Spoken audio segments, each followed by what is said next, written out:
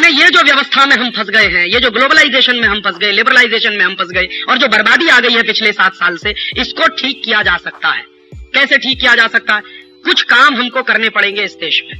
कुछ काम होंगे जो शॉर्ट टर्म के होंगे और कुछ काम होंगे जो लॉन्ग टर्म की पॉलिसीज के रूप में होंगे। जो शॉर्ट टर्म पॉलिसीज हो सकती है देश में इस दुर्व्यवस्था को दूर करने के लिए, वो क्या हो सकती है? मैं आपके माध्यम से कहना यह चाहता हूं, ये अगर कोई प्रेस वाले हों तो इस बात को नोट करें कि क्या क्या करना चाहिए, तो इस देश का ये खत्म हो सकती है दुर्व्यवस्था। सबसे पहले तात्कालिक रूप से इस देश में एंटी डंपिंग लॉ को ताकतवर बनाने की जरूरत है, ताकि विदेशी कंपनियों को डंप करने की जो छूट मिली है वो रुके। एक काम। दूसरा काम, अगर अमेरिकन पार्लियामेंट में बाय अमेरिकन एक्ट बना है तो इंडियन पार्लियामेंट से बाय इंडियन एक्ट बनवाने की जरूरत है। तीसरा काम, हमारे देश में ये जो विदेशी कंपनियों को लूट की खुली छूट हमने दे दी है, इसको तत्काल रोकने की जरूरत है। और कम से कम इसमें इतना क्लासिफिकेशन तो हम कर ही सकते हैं कि जिन सेक्टर्स में जीरो टेक्नोलॉजी है और जो चीजें हमारी जरूरत की नहीं है, उदाहरण के लिए Pepsi Cola, Coca Cola, Thums Up, Limca, Citra, या उनके potato chips, Ruffles, Hostess, Top Ramen, बिनीज, या फिर उनकी नूडल्स, या फिर उनका नमक, या फिर उनका आटा, या फिर उनकी कैडबरीज की चॉकलेट, या फिर उनके टॉफियां, या फिर उनके बिस्किट्स, ये जो जीरो टेक्नोलॉजी के आइटम है, ऐसे 840 प्रोडक्ट हैं इस देश में जो जीरो टेक्नोलॉजी के प्रोडक्ट हैं। तो जीरो टेक्नोलॉजी के जो प्रोडक्ट्स हैं इस देश में, उन क्षेत्रों में तत्कालिक रूप से विदेशी कंपनियों को बैन कर देने की जरूरत है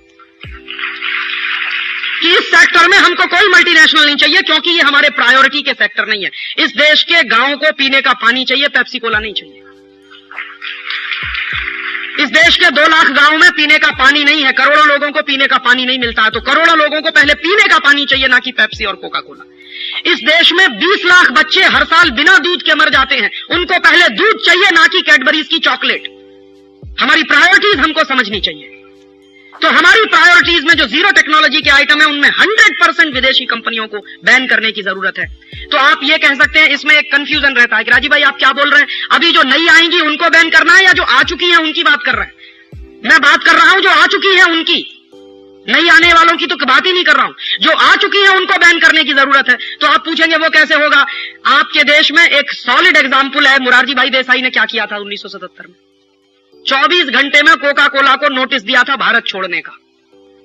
तो कोका कोला ने आंखें दिखाई थी कि आप अगर मुझसे भारत छोड़ने की बात कहेंगे तो आपको मुआवजा देना पड़ेगा। तो मुरारजी भाई ने कहा कि हाँ ठीक है, मुआवजा तो दूंगा, तो पहले तुम्हारी संपत्ति जब्त करूंगा, उसको बेचकर मुआवजा दे दूंगा तुमको।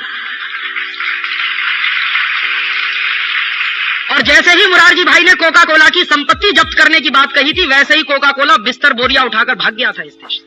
बिना एक पैसे का कंपेंसेशन दिए कोका कोला भागा था यहां से। और कोका कोला भागा, उसके बाद IBM भागा, उसके बाद ICL भागा, और चौथा नंबर लगा हुआ था हिंदुस्तान लीवर के भागने का। तब तक सरकार गिर गई। अदरवाइज तो ये संकट ही आज नहीं होता इस देश में, क्योंकि वो सरकार बिल्कुल कमिटेड थी कि जीरो टेक्नोलॉजी के एरिया में कोई मल्टीनेशनल की हमको जरूरत नहीं है। तो मुझे लगता है कि आज हमको जो करने की जरूरत है कि जो जीरो टेक्नोलॉजी के एरिया है उनमें इनको तत्काल बैन किया जाए। और आपको अगर कोई नेता इस बात से फुसलाने की कोशिश करे कि हम विदेशी कंपनियों को भगाएंगे तो उनको कंपेंसेशन देना पड़ेगा, ये सबसे बड़ा झूठ है। जानते हैं क्यों? क्योंकि जीरो टेक्नोलॉजी के एरिया में जितनी मल्टीनेशनल्स काम कर रही हैं, उनके जो मेमोरेंडम ऑफ अंडरस्टैंडिंग साइन हुए हैं, सामान्य रूप से हर कंपनी के जो मेमोरेंडम ऑफ अंडरस्टैंडिंग साइन हुए हैं, उनमें 10 साल के अंदर उनको भारत से छोड़कर चला जाना चाहिए था, ऑलरेडी चला जाना चाहिए था। लेकिन 20-20 साल हो गए, 25-25 साल हो गए, 40-40 साल हो गए, वो छोड़कर नहीं भागे हैं। माने उनकी शर्तों के अनुसार उनको चला जाना चाहिए, वो इलीगल तरीके से यहां बैठे हुए हैं, तो उनको भगाने में एक पैसे का कंपेंसेशन नहीं देना पड़ेगा। और फिर एक काम और करना पड़ेगा कि फाइनेंशियल मार्केट में जो लूट मची हुई है उसको तात्कालिक रूप से बंद करना पड़ेगा, और फाइनेंशियल कैपिटल पर जो निर्भरता हमारी हो गई है, इस निर्भरता को खत्म करना पड़ेगा। और ये जो पूंजी के लिए कटोरा लेकर हम चले जाते हैं दूसरे देशों में भीख मांगने के लिए, ये भीख मांगना बंद करिए। भारत बहुत बड़ा देश है।